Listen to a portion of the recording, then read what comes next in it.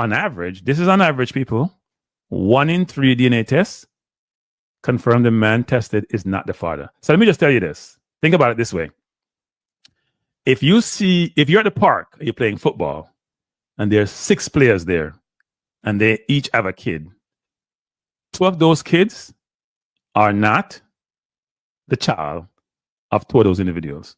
That's what that suggests to me. So if you see 3 walking and then 3 of them have each individual kid, 1 of the kids them a jacket. That's how the stats. That's how I think about the stats actually, which is not good. In fact, it's horrible. Good night, mother of 6. Good night, father of 1. Now, the rise of DNA testing, and think about in the old days, this has been happening for a while, you know. This is not a yesterday thing, you know. Happening for a long time, for years. But we didn't have DNA testing then. So you will hear these colloquial things being said about, hey, a family member had a jacket and I look like a jacket. Or, you know what? That kid, they look like him uncle. Well, it may be the uncle's kid, frankly. It may look like the uncle, but there's a reason why it look like the uncle. It may be the uncle's kid. There's no doubt about that. In terms of the portrayal of the individual is a striking resemblance to another family member or somebody in the community. And because there was no DNA test, you couldn't prove it. But you had concern. So who in...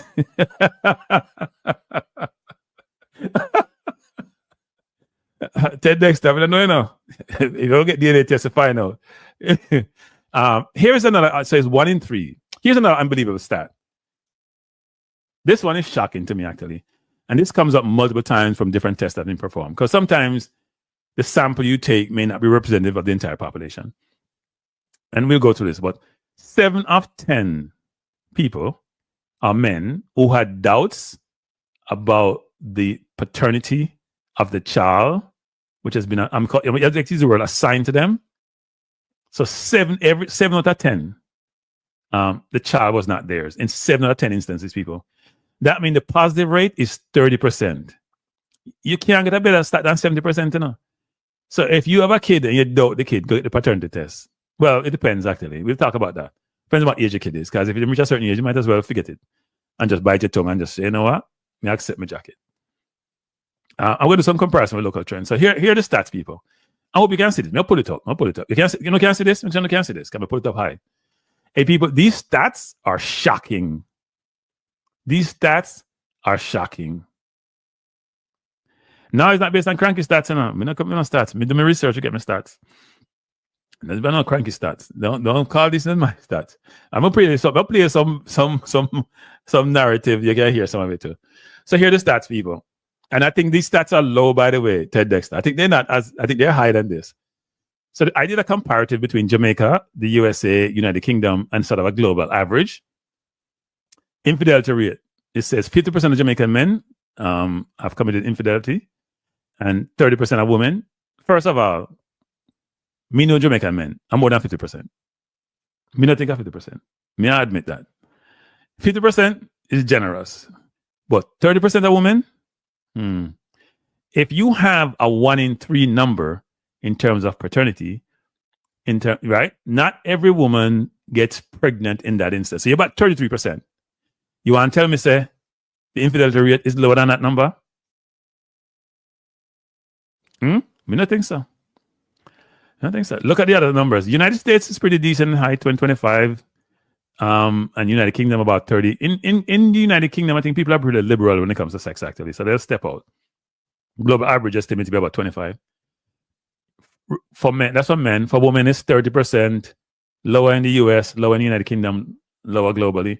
First of all, you see these stats in the columns here? Jamaica is winning significantly. We win every one of them stats. Okay. No, these are not my stats. That's stats I got from my sourcing. Now, average sexual partners, men, Jamaican men, 11 to 12. Is this before they reach 20 or this after 20? Because I'm trying to figure out. They didn't give me, I didn't get a timeline. Okay, I went to my 40, 50, then my 11 to 12. Sorry. United States, it says 7 to 8, UK 9, global average 6 to 8.